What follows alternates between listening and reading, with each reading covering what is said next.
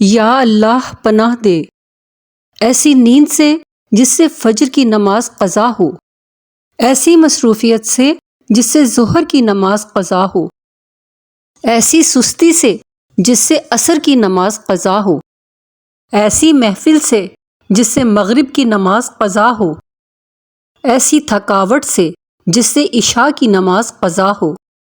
جان بوجھ کر نماز چھوڑنا۔ حضرت ابی درداء رضی اللہ عنہ سے روایت ہے کہ میرے خلیل صلی اللہ علیہ وسلم نے مجھ کو وصیت کی ہے کہ فرض نماز کو جان بوجھ کر مت چھوڑنا، کیونکہ جس نے جان بوجھ کر اسے چھوڑا تو اس پر سے اللہ کی پناہ اٹھ گئی۔ ابن ماجہ حدیث نمبر 4034۔ خوب اچھے طریقے سے نماز ادا کرو۔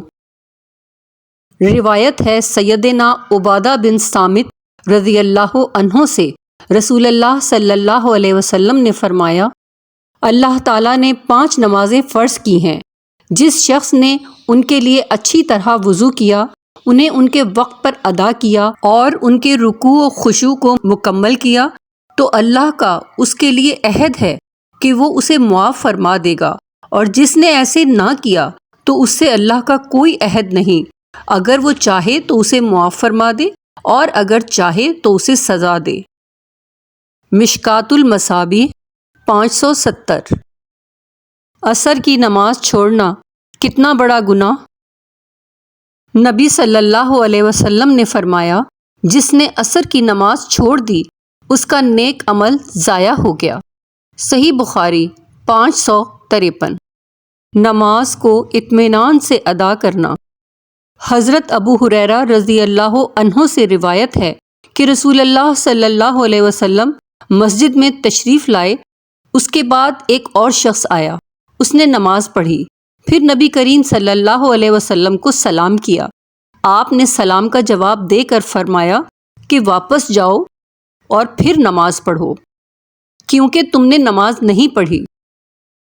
وہ شخص واپس گیا اور پہلے کی طرح نماز پڑھی اور پھر آ کر سلام کیا، لیکن آپ نے اس مرتبہ بھی یہی فرمایا کہ واپس جاؤ اور دوبارہ نماز پڑھو، کیونکہ تم نے نماز نہیں پڑھی۔ آپ نے اس طرح 3 مرتبہ کیا۔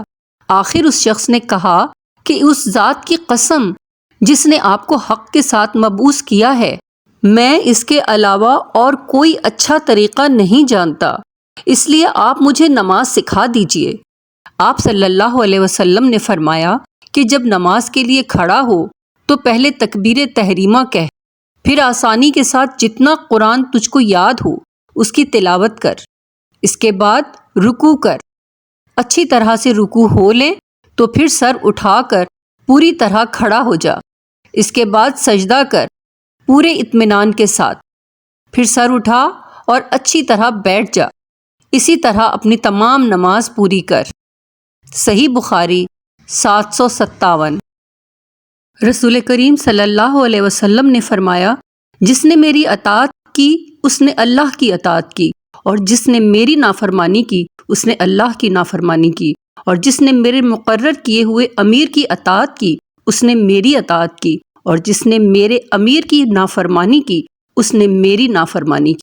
صحیح بخاری 7137۔ رسول اللہ صلی اللہ علیہ وسلم کا فرمان ہے، تم میں کوئی مرد یا عورت اپنے بازو سجدے میں اس طرح نہ بچھائے جس طرح کتا بچھاتا ہے۔ صحیح مسلم 755۔ ساری رات کی تہجد کا ثواب۔ سیدنا عثمان بن عفان رضی اللہ عنہ بیان کرتے ہیں کہ رسول اللہ صلی اللہ علیہ وسلم نے فرمایا، جس نے عشاء کی نماز باجماعت پڑھی اسے آدھی رات تہجد پڑھنے کا ثواب ملتا ہے، اور جس نے فجر بھی باجماعت ادا وہ ایسے ہی ہے جیسے اس نے ساری رات اللہ کے حضور قیام کیا۔ صحیح مسلم 656۔ Thank you for watching. Please like, share, subscribe. Please subscribe.